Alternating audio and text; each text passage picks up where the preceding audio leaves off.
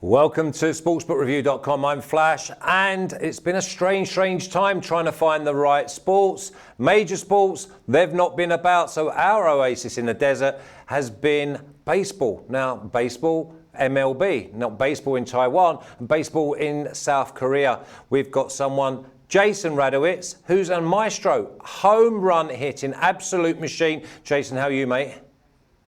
I'm good. How are you? Listen, I'm so happy because when I'm writing things and I'm saying, well, we will just go over to Jason, he'll cover the KBO, the CPBLB, or CPBL, and it's like, you know everything there is to know about it. What's the background and how do you get into it? So I've been a baseball fan for all my life. I think the strategy involved in baseball is just kind of the most exciting thing about sports. You have analytics, you have lefty-righty matchups, you have splits, situations. I think that all that analytical kind of stuff, all that background excites me about baseball. And that's why I can kind of share my knowledge with figuring out different picks and tricks for making bets on baseball. So is your first love is obviously MLB? Yeah, I would say so. I'm a New York Mets fan, so we've had some rough times, but always bleed blue and orange. So would this normally be on your agenda to go with the KBO and CPBL?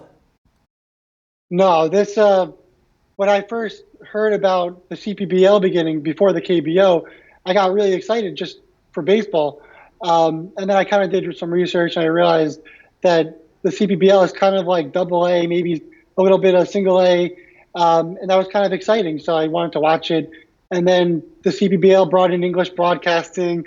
And then that kind of just brought in a whole new audience. And then from there, the KBO did the same, and now here we are. So.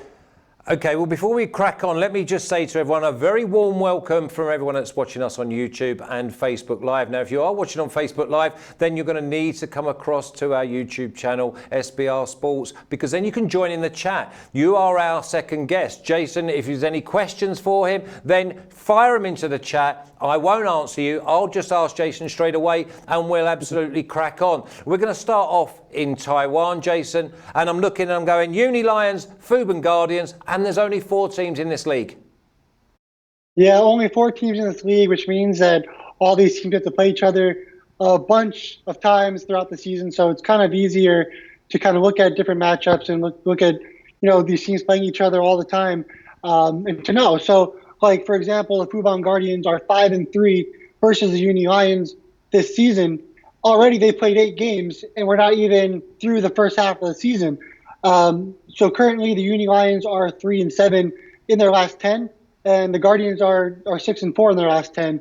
However, we had a rain out this morning, so Ryan Woodall's start actually got pushed back to a later date, and they're going to roll with Cao Hao Chang for the Guardians in this matchup. And then on the other side, we have the Uni Lions.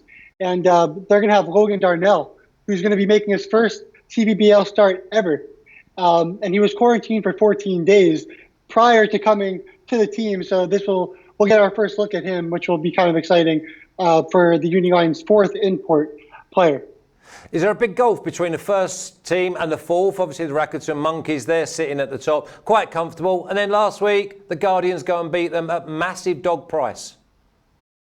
Yeah, so we got a new pitcher that came, and it was like his name is Mike Lowry, and he's been really consistent in the CPBL for quite some time. But he was injured and made his first start just that day, and so just knowing that Lowry was going to be pitching just kind of gave an upset feel to it. You just knew the Guardians had a chance to win that game, and so you definitely want to take a chance with the Guardians and Lowry, especially when they're 250 plus 250 underdogs. Jason, I don't understand that because the Monkeys have been dominant, right? They have been the most successful side over the years, and obviously they're dominant this year. Now You're saying to me that you had an upset feel about the Guardians playing against the Monkeys, and they were plus 250. I don't understand. Please tell me, and the people in the chat, and the people watching, how there was an upset feel, because it looked like there was a dog that had no chance. Well, when Mike Lowry's on the mound, every team has a chance when he's on the mound for you, unless you're in the MLB. But that's a whole other story. But no, he's pitched unbelievable in his last couple of years in the CPBL. And so you just look at consistency and looking at pitching matchups, you just kind of knew that Laurie would be, good enough to keep the Guardians in the game. And then the Guardians were able to tack on some runs late in that game, and then were able to make the rest history and win that game. So congratulations to everyone that took that plus 250. That was definitely a fun little bet, and glad to cash out with everybody. That's really strange. I've just gone goosebumpy thinking when you said to me, good luck to all those who took the plus 250, because they are so rare to obviously, first of all, to spot it and then actually follow through and do it. Now, I've got DJ Hardy in the chat, and he's saying, what about the first innings over in the KBO? Now, DJ Hardy, we're going to go on to the KBO. So if I don't remember to say that, Jay, try and remind me, okay? But we are going to go to South Korea, because this is a completely different ball game. We've got to do some Bears who have won it for the last 2 years. They play 144 games, and yet we've got the Dinos sitting at the top, and the Dinos actually beat the Bears earlier on this morning 5-4, and you'd think, okay, that's gone to form, and yet the Bears had bases loaded 3 times and they come up with nothing. Yeah, I think we're all kind of getting annoyed with the NC Dinos. They've won 7 games by just 1 run or extra innings. So they have 11 wins, and 7 of them have come in either extra innings or by 1 run. So their winning streak has been really impressive. They've been able to win really close games, but reality is they're going to have to go back to the mean at some point, and they're going to have to falter. They're not going to be able to keep winning 1-run games and getting all this luck their way. But it's been really interesting. It's been really fun watching.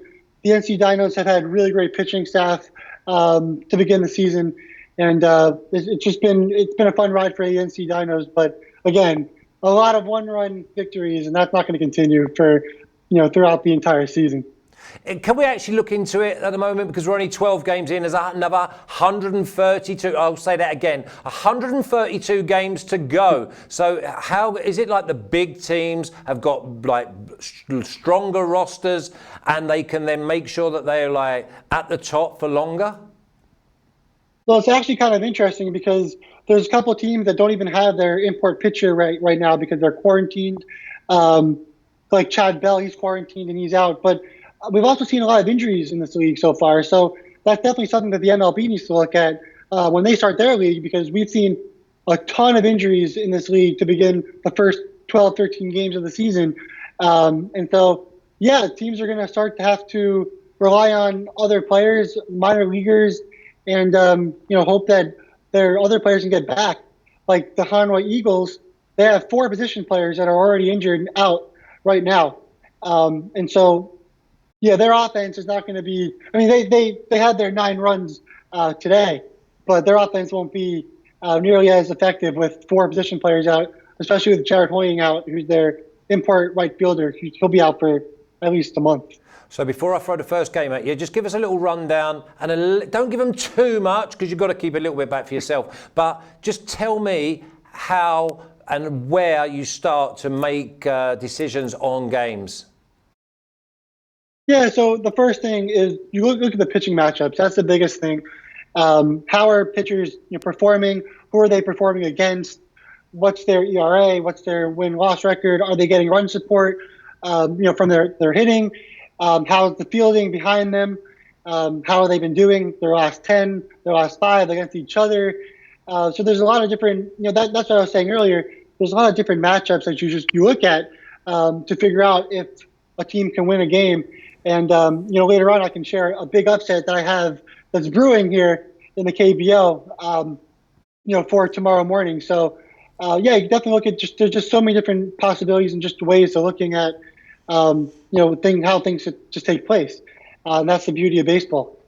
Okay, before we go into the first game, which will be the Giants versus the Tiger, that's Lottie and Kia, we're going to say to you that subscribe. Press the button. If you're new to this channel, then welcome. And Facebook Live, remember, you can only get involved in the chat, ask the questions if you come across to our YouTube channel, SBR Sports, not at SBR Sports, just SBR Sports. So, Jay, let's go with the first game, which is Lottie Giants at 7 and 5 and Kia Tigers at 6 and 7. Is it a coin flip? I would say yes, and that's why I'm going to be on the under for this game, and I'm going to lean on Kia to be my money line pick at plus 100. So we have two really good pitchers. They're both MLB quality pitchers who are now in the KBO. We have Dan Straley of the Lottie Giants, who is 1-1 with a 2.12 ERA. Then you have Drew Gagnon, who's 0-2 with a 6.10 ERA. And that might sound a little off, like 0-2 with a 6.1. But you have to, if you look at like what the fielding has done behind him, it hasn't been nearly as bad. So if you look at his FIP, which is just kind of looking at his like home runs, strikeouts, things that he can control instead of the fielding, it's actually just a 2.9. So if you take out everything that he can't control, it would be a 2.9 ERA instead of a 6.1, which means that he's been getting a little unlucky lately with his starts. He's actually averaging a boatload of strikeouts per 9 innings, as is Dan Straley. That's why I'm on the under, because both of these pitchers can literally throw 10 strikeouts each in this game. The Lottie Giants are actually kind of struggling hitting right now. They've only have 16 runs in their last 5 games, and they lost their DH to injury. Like we said, a bunch of injuries in this league. Jong Hoon, the DH for the Giants, he's going to be out for a month. And in 8 games, he was actually hitting .367 with 1 homer and 7 RBIs. So the Lottie Giants are kind of fallen. And this was expected, before the season began. We thought that they were going to be at the bottom. They started at the top. Now they're moving back to the bottom like they're supposed to be. So I think the Lottie Giants are kind of trending downwards, except they do have Dan Straley pitching, and that's going to help them stay in this game for sure against Drew Gagnon, who's having a solid season. If you take away the win-loss record and the ERA, he's pitching a lot better. So. Jay, when you say under and over, what's the market line? How many runs are we looking at? We're looking at 8.5. It's not too many runs. They know this is going to be a pitching matchup, and it's actually at -125 on Bet Online. So it's a little much on the under, but with the way that both these pitchers have pitched and their strikeout totals and just their experience in the MLB. Would allow us to really hound in on the under for this one. Okay, what about we'll go on to the next game, which is obviously the Twins are sitting at 8-4 against the Lions that are 4-9. 4-9 against a winning record of 8-4. You're going to say that we've got a heavy favourite here? I wouldn't say we have a heavy favourite, because Samsung actually has a pitcher. His name is Choi Chae-hung, and he's 2-0 with a 3.27 ERA. Pitching against an import of LG Twins, Tyler Wilson, who's had a great 2 years in the KBO, for his first couple of seasons. So he's been really consistent. But Choi Chae-hung has not been consistent at all in his couple of years being in the KBO. But this season, he's been incredible. And so that's where it's really not a heavy favorite. Although I will still lean with the LG Twins here, just because Wilson had started off really with a bad start against the NC Dinos in his first outing. But then in his second outing, he faced the SK Wyverns, and he pitched a lot better. And he only allowed 2 home runs. He allowed 2 home runs in the first 2 games. And if you go back to his last season, he only averaged allowing 0.3 homers per 9 innings. So he didn't really allow home runs that nearly as much. And Samsung, they're 8th in the league in homers this season so far, with just 10 homers. They're one of the worst teams in average. They're 9th in the league in average, and they're just brutal hitting team. So I think Tyler Wilson will turn it around in this start. He hasn't let up any extra base hits outside of those 2 homers. And I think if he keeps the ball in play, I think he'll be completely fine. And the Samsung Lions are not an extra base hitting team. They're not a hitting team, first and foremost. So I'm going to lean with the LG Twins on this one. Just a lean, not an official play at this moment in time. Now, you talk about negatives and this, that and the other. Now, what about the SK Wyverns sitting 1-11, an average of 3.33 runs per game so far? Now, surely, is it a blind man just says, we fade the Wyverns? I would say that for the last game, but this game I'm actually on SK here. No. Here's my reasoning. So the pitching matchup is actually SK is pitching Park Jung-hoon, who has a 3.6 ERA, and Ki-woon is pitching Lee Seung-ho, who has a 5.59 ERA. And we were just talking about the FIP, right? And if you look at the FIP, which is what they can control versus what they can't control, when you take out what they can't control, Jung-hoon of SK has an FIP of 3.48, while Ki-woon Seung-ho has a 5.04 FIP. So you're looking at a big gap there in the FIP. So like we said, if you're trying to pick underdogs, you're trying to figure out what teams might be able to, get the upset and win, you're looking at pitchers that can keep your team in the game and can find a way to just keep you in the game and potentially win. SK is not going to lose every single game this season. That's not possible. Right? No team will ever do that. They'll revert back to the mean at some point. And this could be a game where they figure out and get a win. But they have lost 10 in a row. I mean, their win came in game 2. They've had 2 lockouts or strikeouts where they've not got anywhere near. And then in a few games, they've actually scored 7, 8 runs. They've found a way to get beat. Now, in this game against the Heroes, are they actually going to be the underdogs? Yeah, they are currently plus 150. And you're happy with the 150? And what about, because they've had the strikeouts, that you would go under or over? I'm going to take over on this matchup. Just with Ki-woon's starter, he hasn't been very good. He's been below average in his last 2 starts. And we don't really know about how deep Jung-hoon could go in his start. And both bullpens have not been good at all. Ki-woon has been a lot better, but recently they just struggled against Samsung in the first game. And while Ki-woon's bullpen is better, their starter is not. So you could probably add a couple extra runs to the Ki-woon's starter, letting up those runs. So I'm going to take the over 10. It's the highest over-under total on the KBO slate. So they're aware that this game could potentially go over, but I still think it will go over the 10. And that the market's at 10, is it? Under or over 10? I'm taking over. We're going over 10. Yeah, but that's what I'm saying. But the market's 10, so is it under or over 10? Yeah. It's minus 110 on it.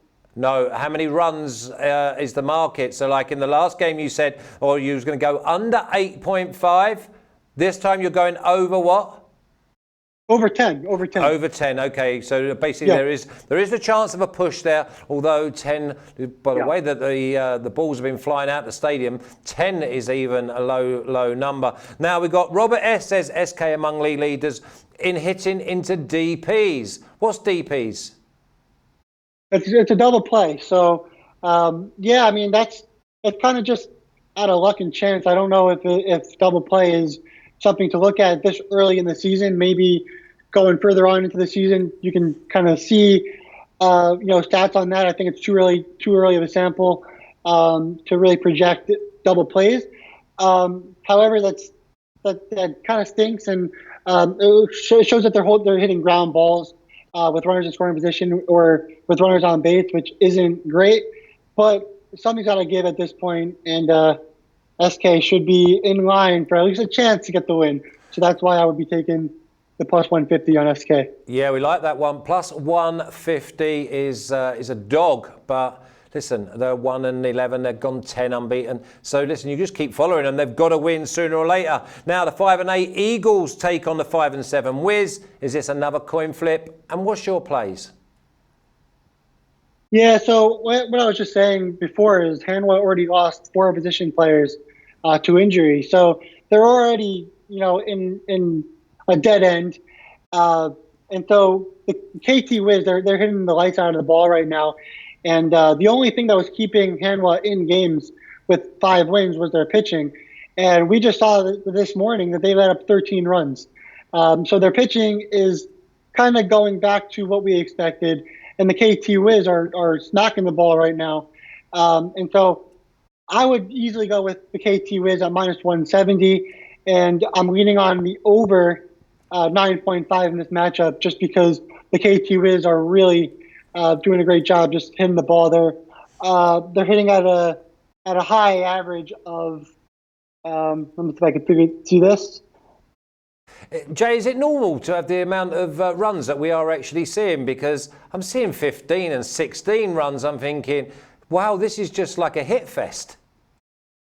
Yeah, this isn't normal. I mean, KT is hitting 323 average, However, we do think that the balls might be a little juiced. We're seeing more home runs in both leagues, the CPBL and the KBO, and that could be because they have more fans and more people watching, or it could be for some totally different reason. But yeah, we're seeing a lot more home runs. We're seeing a lot more hits, and the pitchers can't be happy about this for sure. But at the end of the day, yeah, we're seeing a ton more home runs. Just like we were talking about LG, Tyler Wilson, he allowed zero point 0.3 home runs per 9 innings, and you already allowed 2 this season. So, yeah, things are not normal, and we might have to adjust on the fly. But for now, we're not going to put too much stock into it. We'll let it play out, and we'll keep checking to see if more home runs are getting hit. The cardboard cutouts are all smiling. I'm not seeing one of them not smiling. I think to myself, they must be having an absolute whale of a time. Now, listen, I've saved the best till last because we're going to go with the Dinos 11-1, sitting with a 3-game lead at the top of the KBO against champions last year, champions the year before, the Doosan Bears. They go down 5-4 this morning, but they had bases loaded and they don't come away with a W. And the worst part is the over was sitting around 9.5 for people. So you can imagine how people were feeling about that. But on this one, like I said, the NC, they've won 7 games out of their 11 by 1 run or in the extra innings, and I'm tired of it. It's not going to continue to happen. I'm on the Doosan Bears for this one. We got a great pitching matchup in this one. We have Koo Chang Moo, who's actually 2-0 with a 0 ERA. He's pitched phenomenal. 14 innings, 0 runs. He's been fantastic. He's averaging 11.6 strikeouts per 9 innings, and he's been phenomenal. But he actually only has a career ERA of 4.46, and his win-loss record is 28-29. He's like a 500 guy who's pitching unbelievable in his first 2 starts. I don't think that lasts. He's been phenomenal. Don't get me wrong. And I'm definitely putting stock in how he's been pitching because the strikeout numbers have always been really high. But I'm not that sold on him yet because his career numbers don't tell me that. And then on the other side, you have Doosan putting out Chris Flexen. Flexen, he's a former Met pitcher, as is Drew Gagnon. So they're both pitching today or tomorrow. They're both pitching tomorrow as former Mets pitchers last year, which is really, really cool. But Flexen, he's also 2-0 with a 3.75 ERA. And he's also a guy that will strike out a high amount of players, and his FIP is actually a little bit lower than his ERA. So it kind of shows that he's also been hurt by a little bit of luck here. But yeah, it's just me putting more stock into Flexen, just knowing that he's got the better stuff. He's been involved in the MLB. Managers from other teams saw him in spring training and talked about how great they thought Flexen was going to be. Now he'll be a potential top player in the league this season. So I believe Flexen will be able to go 6-7 innings. We talked about how the Doosan bullpen has been really poor lately, but if Flexen can go 6 to 7 innings, I don't see it being too much of an issue as they put in their 1 or 2 best pitchers in the bullpen to close out the game. So I'm going to roll with Doosan here. But a quick note on NC, one of their better players, a leadoff hitter, Park Min-woo, he's been ridiculous with contact. Okay, he's barely missing any of his swings. Yeah. So before yesterday, I got the stats from yesterday. So I don't know about exactly today, but he's hit every fastball, every slider, every curve, every changeup, and every sinker that he's seen in 2020 that he swung at. And he's currently batting .432 with 9 RBIs. Start the season. He's been incredible. Jay, I can add to it. Yeah, 11 runs in 12 games. 89 runs last year. He has a record of 111 going back 5 years ago. I was going to listen. You've been brave with some of the pronunciations of these names, and I was going to go with Min-woo Park. You wanted to go with Park Min-woo. You know that they do it back to front. They do it the other way around. Yeah. But what about going with the Dinos pitcher, which is Mike Wright? But you saw Mike Wright, yeah, he was phenomenal in the last start though. He got out of damage, like he was incredible. So I gotta give him credit. I gotta give the entire pitching staff of the Dinos credit right now because they're pitching lights out and they're finding ways to get the wins and finding ways to get out of jams and finding ways, and that's why they're at the top of the standings. Okay, Jay, listen, let's have a little recap. Let's go back to Taiwan. Have you got a play on the Lions versus the Guardians? Yeah, I got the Guardians for this one. I'm going with the Guardians. I think it's around minus 115, and I like the under 14.5 for that game. Also, I'm leaning towards that. It's not a actual play. The Guardians are an actual play. I'm leaning under 14.5 just because Cal Hall Chang has pitched really well against the Uni Lions in his last two starts. He actually struggled in his first two starts against the Brothers and the Monkeys, but then his last two starts, he's turned it around against the Uni Lions. And this will be his third straight start against the Uni Lions. And he's only allowed 4 runs in the last two, or I think it was 2 runs, or 4 runs and 10 hits in the last 14 innings. He's been incredible, and I'm just hoping that he can continue that into the next game. Although we know that, once hitters start to see the pitchers really often, things can change, and that could hurt the pitcher a little bit. But I'm going with the under just because he's been phenomenal against the Uni Lions. And for his career, he had, I think, like a 3.63 ERA against the Uni Lions for his career, which is far and beyond best, compared to the other two teams.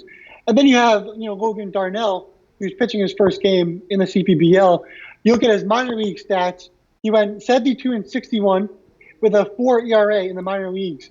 And so he's a really great strikeout thrower. He did well with limiting the walks.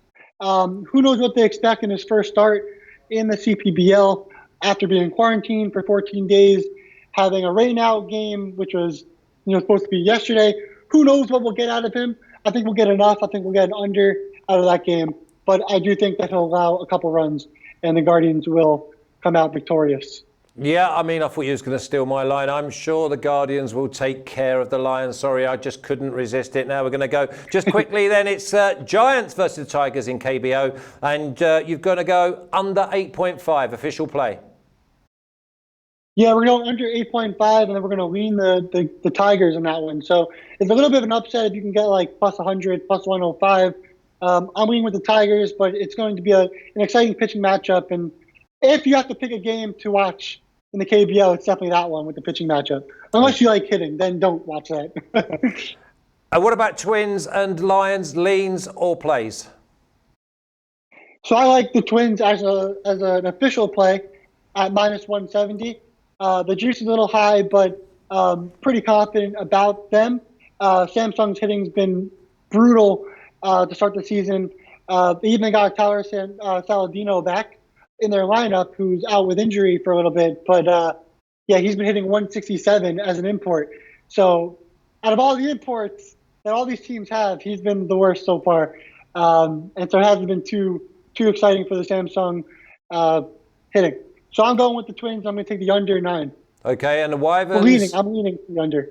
And the Wyverns at plus 150 against the Heroes, and we're going to go over 10. Yes, that's what we're doing. We're leading on the 150. I don't know if I have the guts for it just yet. I might make it a play. I might not. But, I don't know if I have the guts for it. But if you have the guts, definitely, anyone watching, if you have the guts to take a plus 150 on a team that's lost 10 straight games, you should probably do it because there's definitely stats to back a reasoning of why SK could win this game. If you have the guts, you should definitely take it. But I'm definitely going with over 10. That's definitely an actual play. Then I'm leaning towards SK plus 150. Okay, we've got the Eagles and the Wiz, and we're going to go over 9.5. Now, were KT not 13-1 up this morning, and they won 13-12? It was 13-11, and they're 9 runs in the 7th inning. 9 runs in the 7th inning.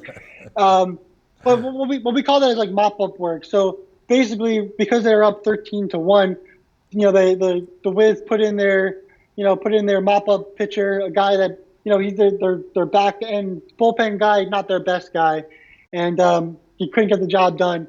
And they struggled to finish the game, but they got the win thanks to their hitting. So that's why I'm leading with the over 9.5 because the bullpens have been so poor. But I'm leading with the KT Wiz because their hitting has just been so good as of late. And obviously, you've said your game of the day. I would have thought game of the day was definitely the Bears taking on the Dinos. And we're going to go with the Bears. What price, Jay? We got minus 114, so it's pretty close. You could probably get minus 110 or anywhere. And I would also assume that people are going to be hitting on NC more because they're winning streak. So you could probably get the Bears probably closer to plus 100 if you wait on it just a little bit. Yeah, that's another really fun pitching matchup. But again, I'm rolling with experience in the MLB with Flexen. He's been treated a little unluckily in his starts.